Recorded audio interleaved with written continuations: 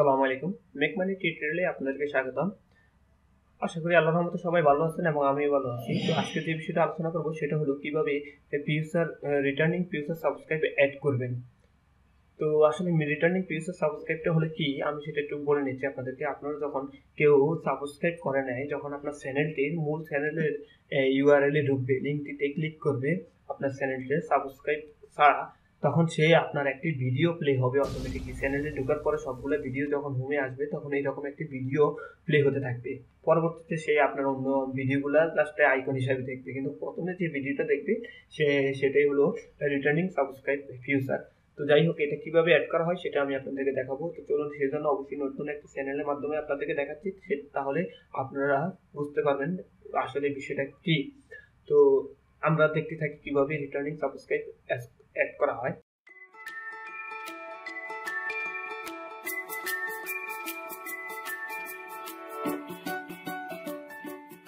তো আমি একটি নতুন চ্যানেল আপনাদেরকে এই ভিডিও টিউটোরিয়ালগুলো দেখানোর জন্য, ইউটিউব নিয়ে ভিডিও টিউটোরিয়ালগুলো দেখানোর জন্য ওপেন করছিলাম, জাস্ট এইটুকুই আর কিছুই না। তো সেটা আমি পাবলিশ করি নাই এখনো, সেই চ্যানেলটা আশা করি পাবলিশ করবো না, কারণ সেটাতে আমি কিছু ভিডিও ডাউনলোড দিয়ে আপনাদেরকে জাস্ট বোঝানোর জন্য, ডাউনলোড দিয়ে সেগুলো অ্যাড করে আপনাদেরকে বোঝানোর জন্য করতেছি।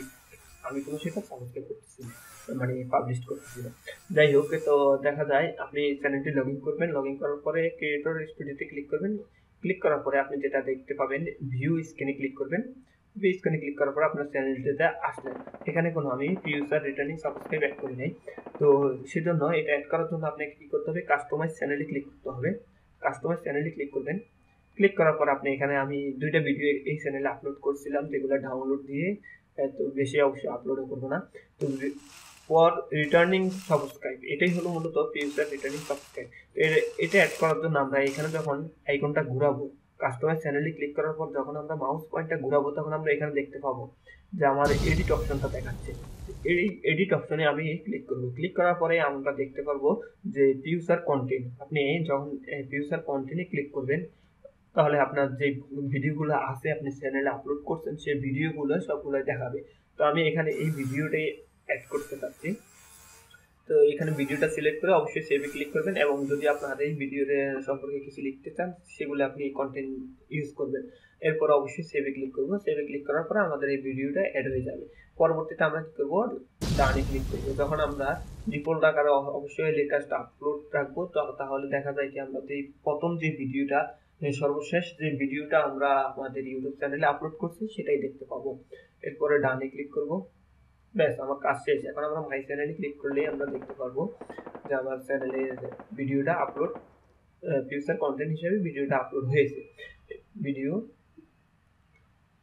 ওকে।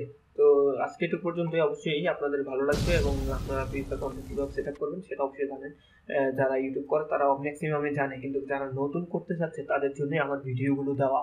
আশা করি আপনাদের ভালো লাগছে। সাবস্ক্রাইব করবেন। যদি কোনো বুঝতে অসুবিধা হয় তাহলে কমেন্ট করবেন, এবং লাইক শেয়ার করতে ভুলবেন না। আপনার বন্ধুদের সাথে শেয়ার অবশ্যই করে নেবেন। তো পরবর্তী ভিডিও পর্যন্ত সবাই ভালো থাকবেন, সেই দোয়াই কামনা করি। ওকে, গুড বাই।